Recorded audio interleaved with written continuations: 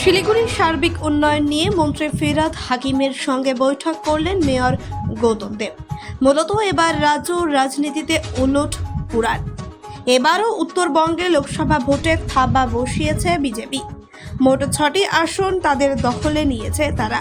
তবে এত কিছুর পর কেন উত্তরবঙ্গের মানুষ রাজ্য সরকারের বিমুখ তা পর্যালোচনা করতে উত্তরবঙ্গ সফরে এসেছেন রাজ্যের নগর উন্নয়ন মন্ত্রী ফিরহাদ হাকিম। মঙ্গলবার এই বিষয় নিয়ে এক প্রস্থ রাজনৈতিক বৈঠক সেরেছেন। এবার শহরের মানুষের মন পেতে মেয়রের সঙ্গে বৈঠক করলেন মন্ত্রী নিজে। কেন মানুষ বিমুখ? শহরে কি কাজকর্ম কি হয়েছে বা আরও কি করা প্রয়োজন? সমস্ত বিষয়ে মন্ত্রীর সামনে তুলে ধরেন শিলিগুড়ির মেয়র গৌতম দেব। মেয়র জানান, পানীয় জল, যানজট সমস্যা ও জঞ্জাল নিয়ে দীর্ঘ আলোচনা হয়েছে। খুব শীঘ্রই এই সমস্যাগুলি গুরুত্ব সহকারে দেখার আশ্বাস দিয়েছেন নগর উন্নয়ন মন্ত্রী। অন্যদিকে নগর উন্নয়ন মন্ত্রী ফিরহাদ হাকিম বলেন, শিলিগুড়ি শহরের উন্নয়নে তারা বদ্ধপরিকর। আগামীতে এই শহরকে মডার্ন সিটির রূপ দিতে চান তারা।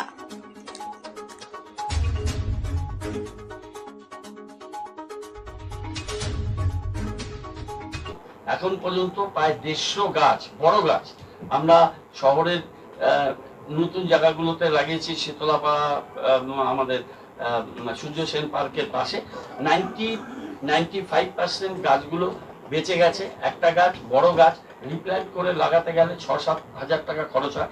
সেটা কিন্তু পিডব্লিউডি রাস্তায়, পিডব্লিউডি ওদের প্রজেক্টস থেকে আমাদের সাপোর্ট দিয়েছে, অন্যরাও দিয়েছে, আমরাও কর্পোরেশন থেকে দিয়েছি।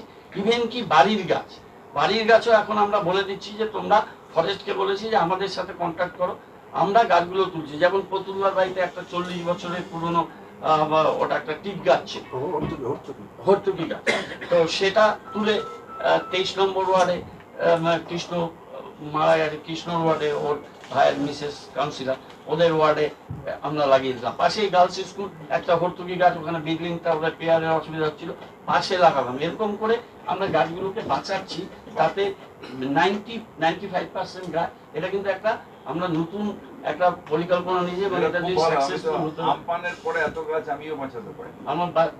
আমরা বাঁচাচ্ছি, গাছ আমাদের ওখানে পড়ে গেছে। আমাদের এই ঝড়ে পড়লো 25টা গাছ, তার মধ্যে 20টা গাছ আমরা রিপ্ল্যান্ট করি।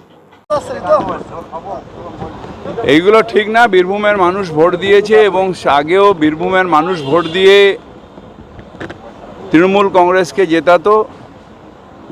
মমতা ব্যানার্জি নিজে বীরভূমের মানুষকে প্রচণ্ড ভালোবাসেন